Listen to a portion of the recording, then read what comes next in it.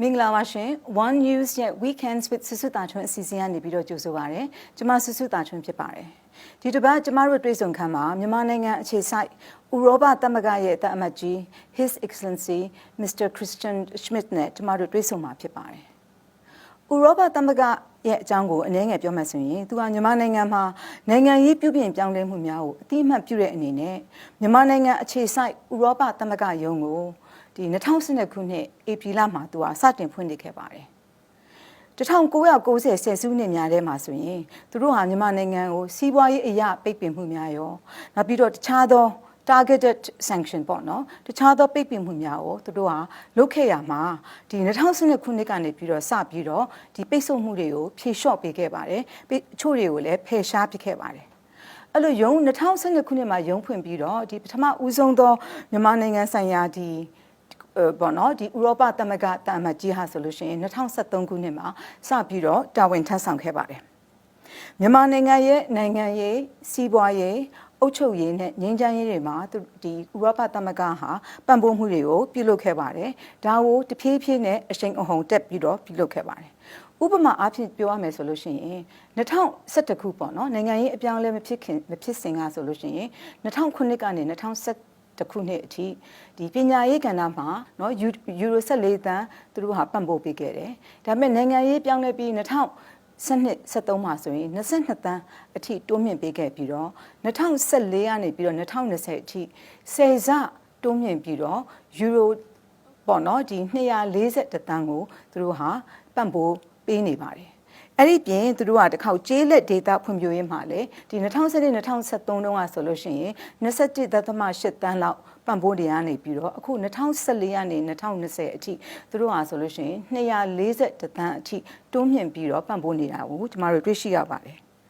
အခုကိုဗစ်အချိန်ကာလမှာလည်းကျန်းမာရေးဆိုင်ရာပံ့ပိုးမှုနောက်ပြီးတော့စီးပွားရေးနဲ့ဒီလူမှုရေးဆိုင်ရာပံ့ပိုးမှုတွေကိုပြုလုပ်ပေးပါတယ်အဲ့တော့ကျမတို့အခုကနေစပြီးတော့ဒီကုလသမဂ္ဂဥရောပသမဂ္ဂရဲ့မြန်မာနိုင်ငံအခြေစိုက်ဒုတိယမြောက်တာမတ်ကြီးဖြစ်တဲ့ Mr. Kristian Schmidt နဲ့ကျမတို့ဒီမြန်မာနိုင်ငံနဲ့ဥရောပသမဂ္ဂကြားဆက်ဆံရေးအကြောင်းတွေတခြားစိတ်ဝင်စားမှုကိစ္စတွေကိုကျမတို့ဆွေးနွေးသွားပါမယ် Excellency, Ambassador, I'd like to first welcome you to Weekends with Susutata.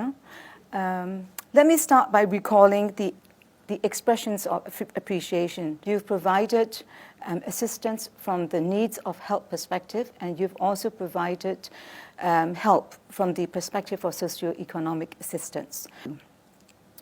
There were many people that also noticed the way EU has stood up for multilateral institutions, such as, for example, WHO. And you have stood up and you have recognized the significance of how these multilateral institutions are there to deliver the global public goods, as well as how they're there to ensure that the global public threats are being fully addressed. So with that, I would like to once again welcome you, and perhaps you would like to say a few words, Excellency. Thank you, Susu, and thank you for your kind words. Yes, indeed, this world needs greater cooperation, and COVID-19, I think, took many by surprise, and we have seen the multilateral institutions were not ready. The answers to that should be to strengthen these organizations and not point fingers and blame games and these kind of things. And it's the nature of a pandemic that we can only defeat it if we work together. You know, no one is safe until everyone is safe. Now, of course, the EU has taken the lead also, calling for an independent investigation of the origin of the virus in Wuhan in China, the handling of the outbreak by the Chinese authorities and by the rest of the world. But it should not be politicized. It should be an investigation that allow everyone to learn and learn how we can constructively improve and strengthen the WHO and other organizations in this area. So yeah, we are serious about this. The impact has been horrendous, including in Europe, with up to 180,000 deaths. So you will understand that this is not something we can simply ignore. There has to be an investigation, but it has to be one that brings the world together and brings it forward. Thank you, Excellency.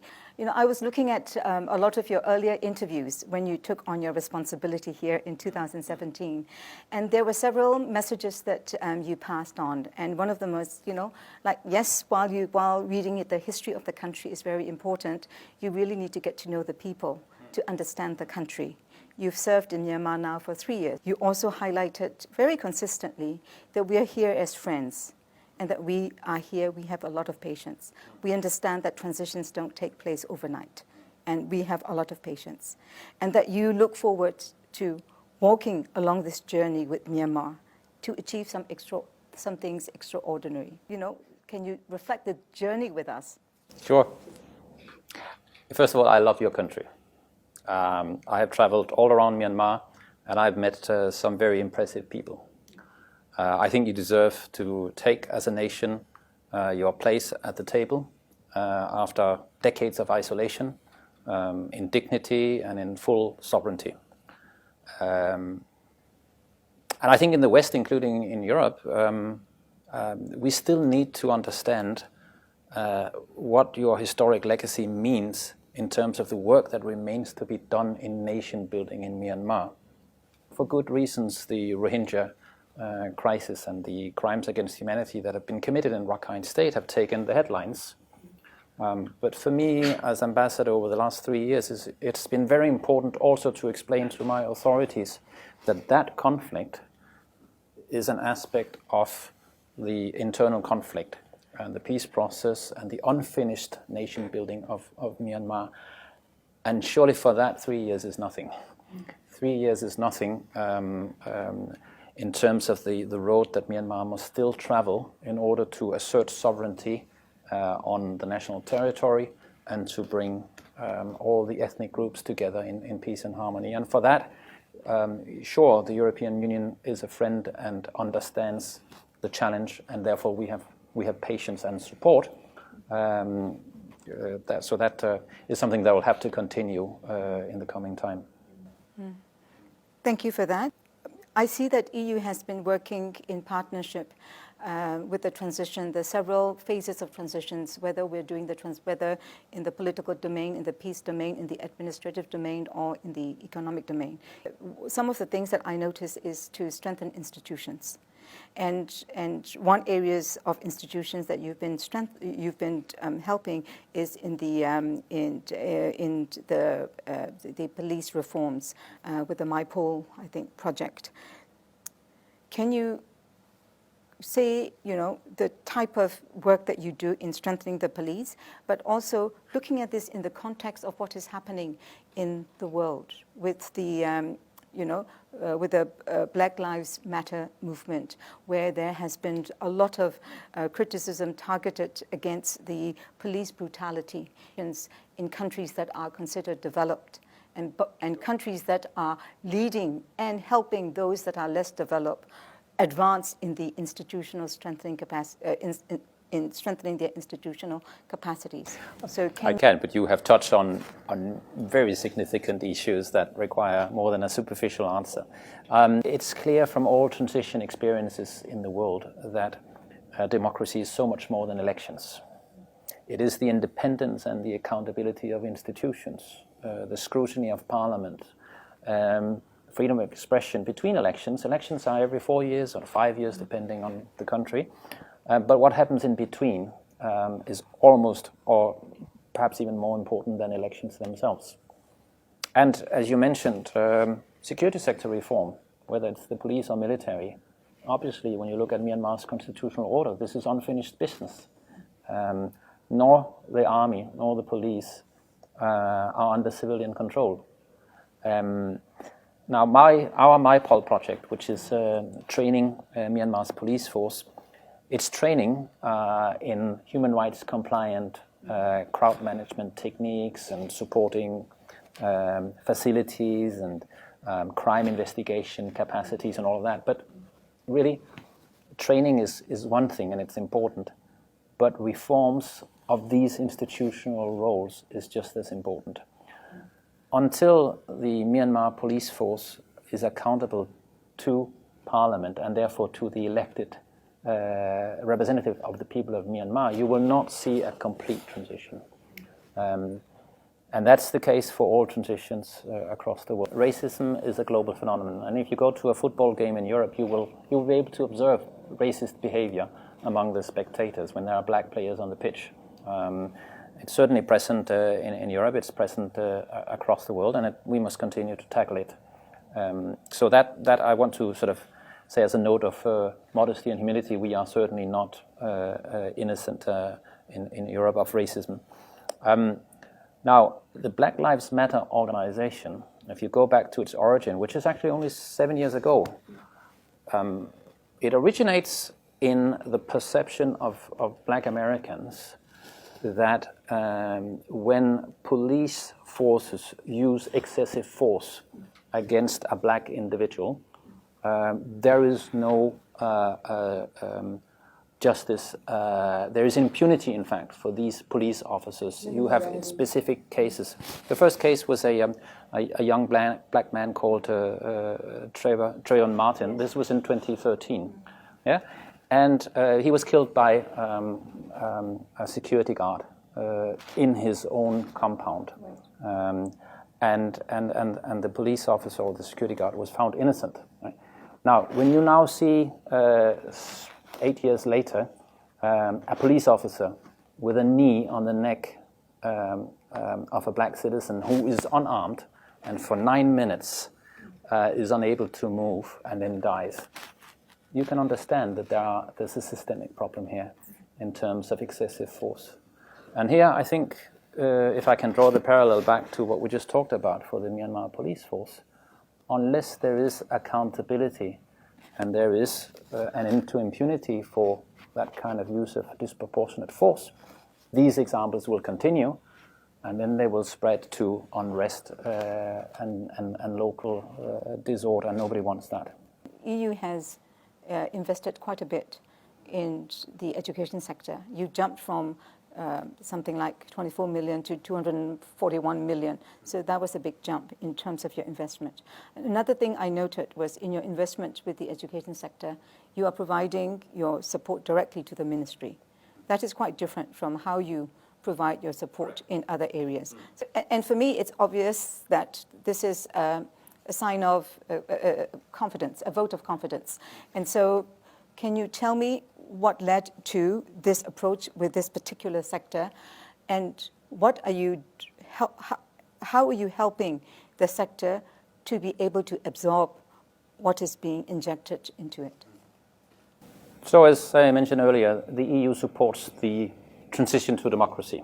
It means that we support the reforms that are initiated by the government of Myanmar because we recognize that the government in power has the full democratic mandate of the people of Myanmar.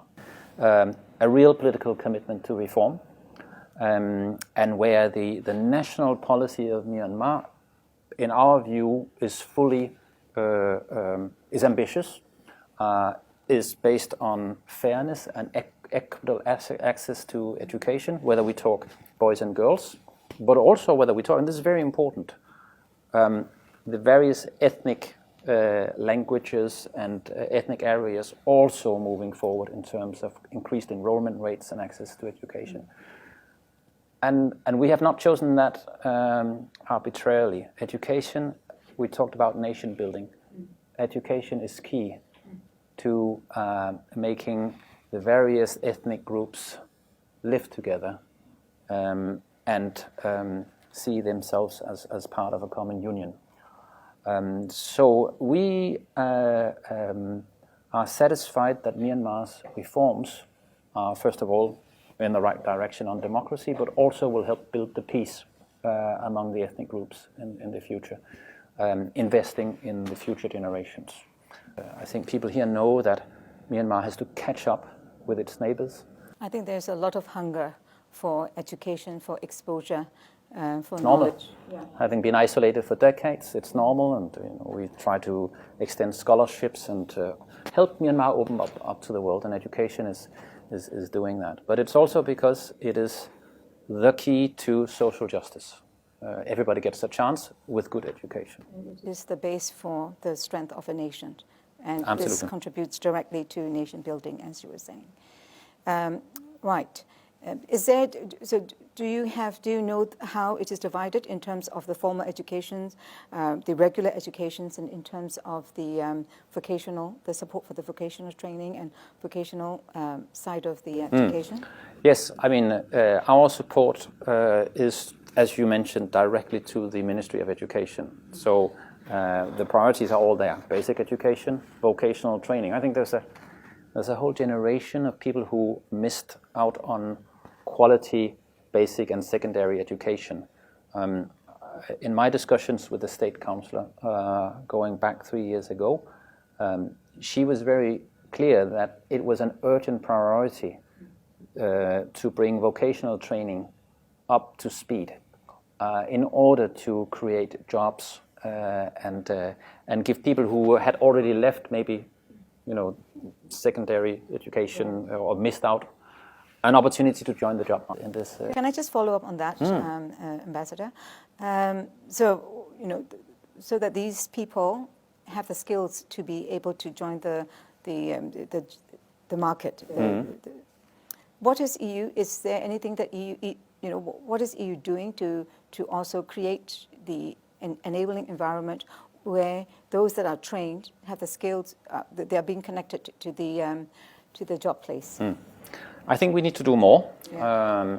Obviously, Myanmar is essentially a rural-based economy. From being an agricultural economy, you become a natural resource exporting economy without any value addition or manufacturing being developed in the country. And I think that's a risk where it would be better for Myanmar to seek diversification of trade.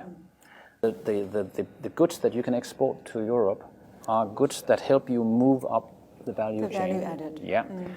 Manufacturing, for instance, the garment exports to Europe, where we are the biggest market.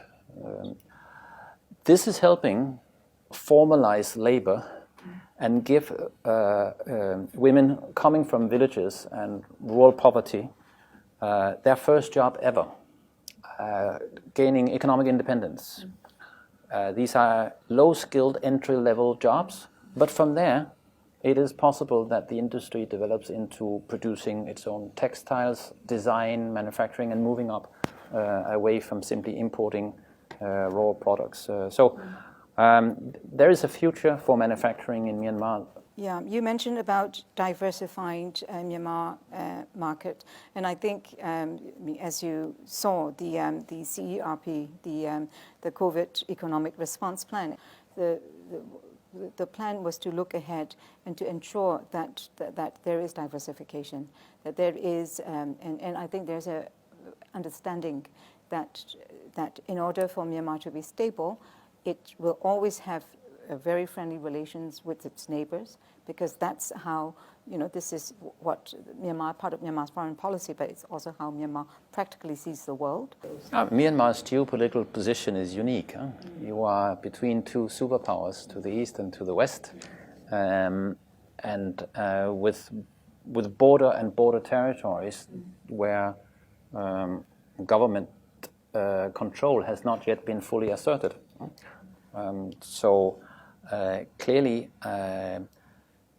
national unity is absolutely key, and diversification in order to gain independence and not be over-dependent on any particular, not the European Union for sure, but we are an alternative and a source of diversification.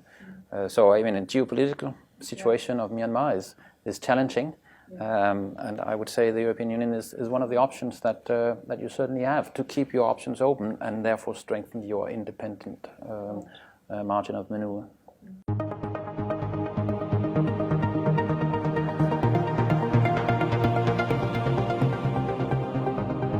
Myanmar ရေးရာကိစ္စတွေနဲ့ပတ်သက်ပြီးပြည်တွင်းပြည်ပကနိုင်ငံခေါင်းဆောင်တွေနိုင်ငံတကာတန်တမန်တွေပြည်တွင်းပြည်ပရပ်ဖက်အဖွဲ့အစည်းတွေကတာဝန်ရှိသူတွေနဲ့ထင်ရှားကြော်ကြားသူတွေကိုတွေ့ဆုံမေးမြန်းပြီးတော့အပတ်စဉ်တနင်္ဂနွေနေ့တိုင်းတင်ဆက်ပေးနေတယ် Weekends with Susu Tathong.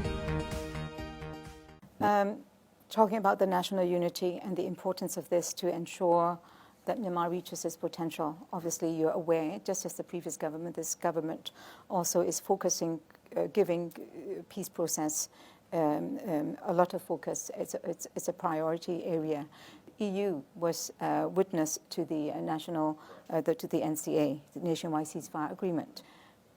As you reflect on your contribution, as you reflect on the complexity of the Myanmar peace process, where do you think the process is?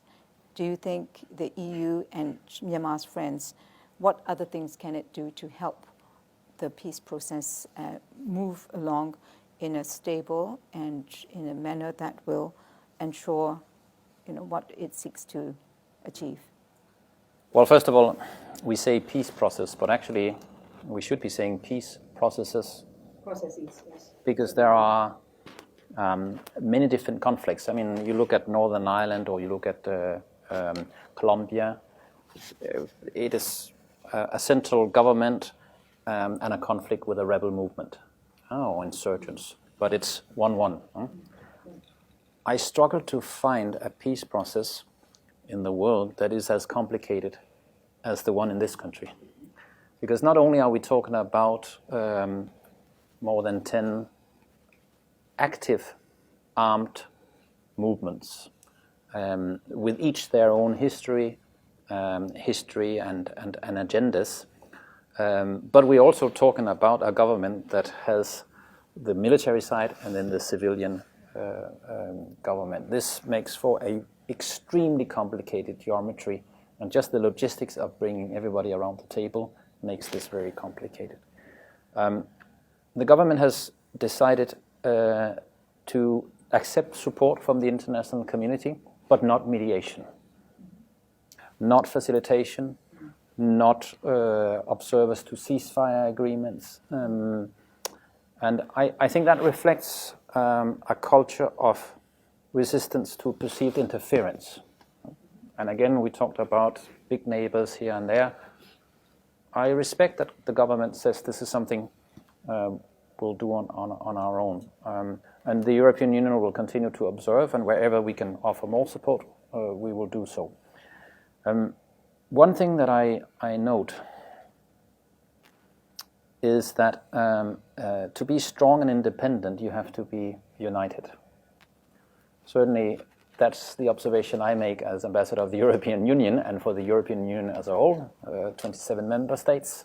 We can be very strong or we can be very weak when we are divided. And it's the same for Myanmar. It is a union that is strong when it is united. The other thing is that you can only be united if there is equality and dignity for all the various ethnic groups. And there are several ethnic organizations who are fed up with fighting, who have seen their people in IDP camps for decades, and who want peace, but peace with dignity. Another dimension that is extremely important, not just in Myanmar, but in other conflicts like this one, is who controls the natural resources that are in Kachin, in Shan, etc. You must feel that you have peace that is fair, that these various resources that are in these border areas, and some of them are very significant, that they are shared equally. Because I know that the central budget is shared to the regions, and I know that the Minister of Education and his services are working hand in hand through the GAD with the ethnic education providers. So there you see the systems coming together and converging. And when people in the ethnic areas see that their cultures are respected and they receive something from the capital, from the center, then they still start feeling respected, and then they will support taxation and the budget and all of that when they see that services are coming. And in education, and I think also partly in health, you start seeing the systems working together, converging. Yeah. Recently, Myanmar was put on the money laundering watch list, right? Yeah. And some of us, some of the newspapers have referred to it as the money laundering blacklist, etc., etc. But you were very clear in one of your tweets that this is not a blacklist. First of all, let me confirm, it's not a punishment, it's not a sanction, and it hasn't even entered into force yet. Myanmar is given time to address it. It's how long does the process give a country to address it? Until October, before what is called due diligence kicks in. So the EU has actually here aligned with a global monitoring of all countries and their ability to fight money laundering inside their financial systems. You know, the world is so connected that if there is money laundering in one country, then this endangers the integrity of financial markets across the world. Banks working from Europe with Myanmar banks will be possibly, like the pandemic, infected with these money laundering crimes. And I think anybody who knows just a little bit about Myanmar and the problem that, for instance, drug trading and wildlife trafficking and casinos are in the border areas, I don't think anybody would argue that there are no money laundering issues to be tackled in Myanmar. Clearly, there are banks and clearly there are companies involved in money laundering in those border areas. And that, of course, also means that important revenues and sources of taxation are escaping the government's revenue collection. Yeah? So it's in Myanmar's own very clear national interest to address these issues, to avoid that illicit flows, whether it's gambling or drug money, are undermining governance. So the EU's listing is an encouragement to Myanmar to reinforce the regulatory powers of its institutions to make sure that the good guys and the bad actors are clearly separated. And until that is done, the impact is that EU companies and EU banks working in Myanmar have to exercise greater caution, extra due diligence. So when an EU company comes to Myanmar, it must check more than before whether its local Myanmar partner is one of the legitimate banks and companies, or whether it's potentially one of the companies that are involved in.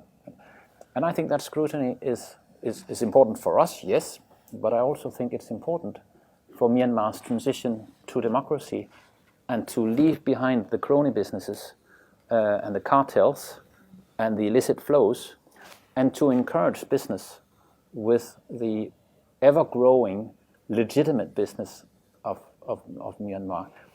And of course, we, as I said, it's not a punishment. Our listing comes with a very clear and generous offer of support to the Ministry of Finance, to the Treasury, to the various institutions for technical capacity building, whatever is needed to help get off the list.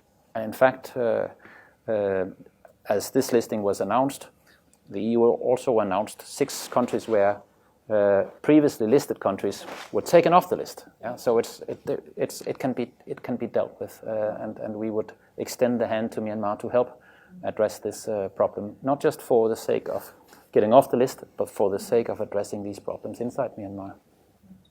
Excellent, thank you for that. I understand that there have been one mission that has come to Myanmar to assess with the situation with regards to your EBA scheme. 2 already been. I thought there was one coming in April, and that would be number 3.